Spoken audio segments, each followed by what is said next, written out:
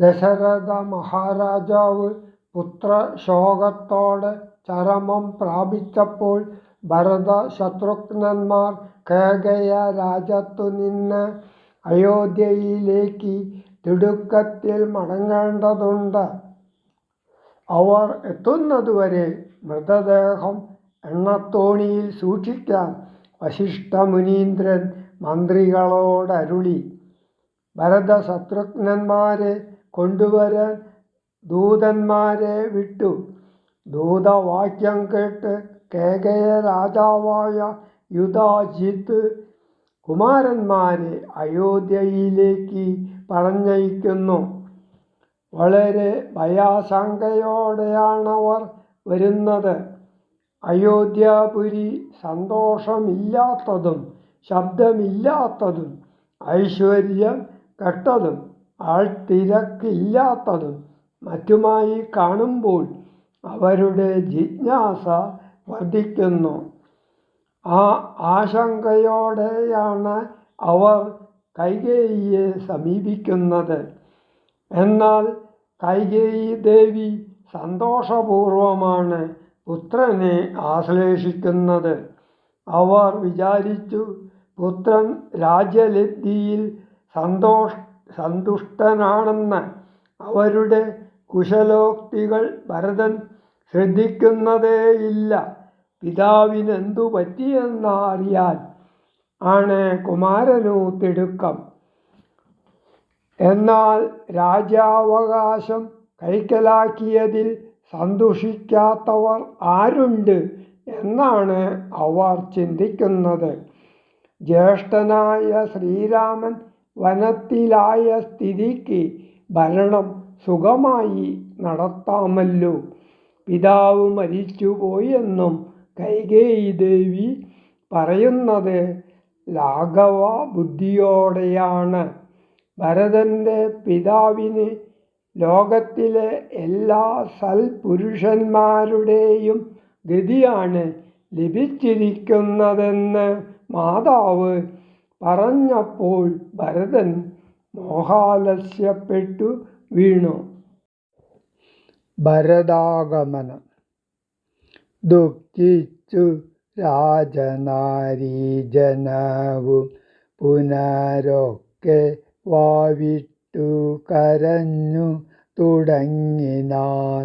വക്ഷസി താടിച്ചു കേഴുന്ന ഘോഷങ്ങൾ തൽക്ഷണം കേട്ടു വസിഷ്ഠമുനീന്ദ്രനും മന്ത്രികളോടു മുഴറി സസംഭ്രമം അന്തഃപുരമകം പുക്കരുളി ചെയ്തു. തൈലമയദ്രോണി തന്നിലാക്കു ധരാപാലകൻ തന്നുടൽ കേടുവന്നിടായ്വാൻ എന്നരുൾ ചെയ്തു. ദൂതന്മാരെയും വിളിച്ചിന്നു തന്നെ നിങ്ങൾ വേഗേന പോകണം. വേഗമേറിയിടും കുതിരയേറിച്ചെന്നു കേകയരാജ്യമകം പുക്കു ചൊല്ലുക. മാതുലനായ യുധാജിത്തിനോടിനി ഏതുമേ കാലം കളയാതയക്കണം. ശത്രുഘ്നനോടും ഭരതനെ എന്നതി വിദ്രുതം ചെന്നു ചൊൽകെന്നയച്ചിടിനാൻ. സത്വരം കേകയ രാജമാകം പുക്കു നത്വാ യുധാജിത്തിനോടു ചൊല്ലിടിനാർ. കേൾക്ക നൃപേന്ദ്ര, വസിഷ്ഠനരുൾ ചെയ്ത വാക്കുകൾ ശത്രുഘ്നനോടും ഭരതനെ. ഏതുമേ വൈകാതയോധ്യയ്ക്കയക്കുന്നു. ദൂതവാക്യം കേട്ട നേരം നരാധിപൻ ബാലകന്മാരോട് പോകെന്നു ചൊല്ലിനാൻ. കാലേ പുറപ്പെട്ടിതു കുമാരന്മാരും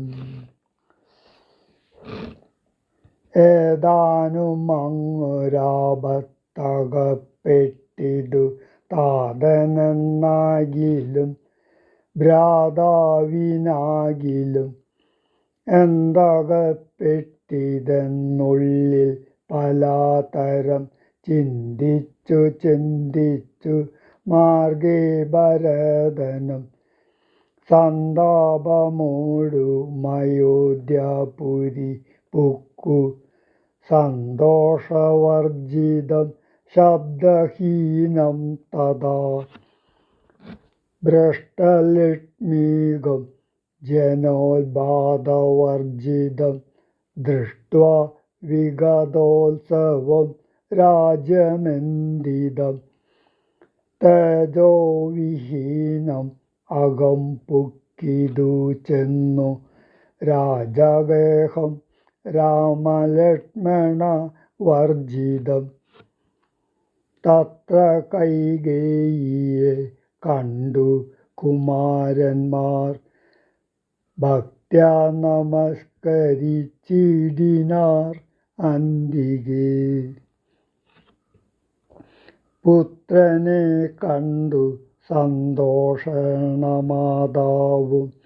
ഉത്തായ ഗാഢമാലിംഗ്യ മടിയിൽ വെച്ചുത്തമാംഗേ മുകർന്നാശു ചോദിച്ചിതു.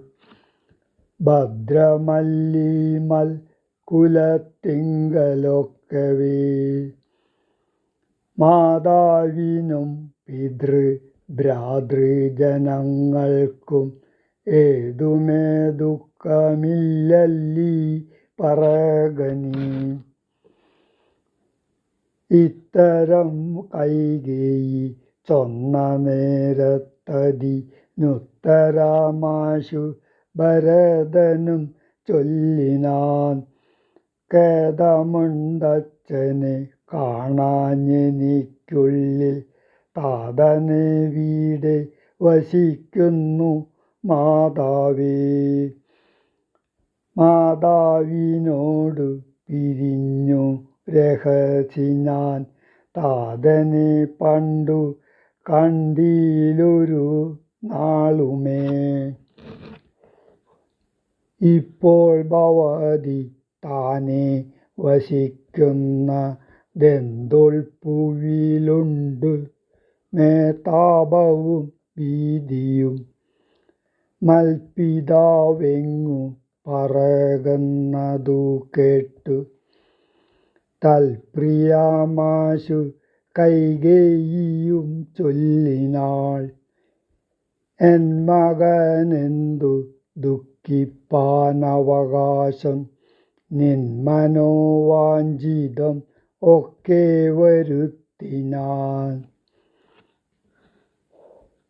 അശ്വമേധാദിയാഗങ്ങളെല്ലാം ചെയ്തു വിശ്വമെല്ലാടവും കീർത്തി പരത്തിയ സൽപുരുഷന്മാർ ഗതി ലഭിച്ചിടിനാൻ.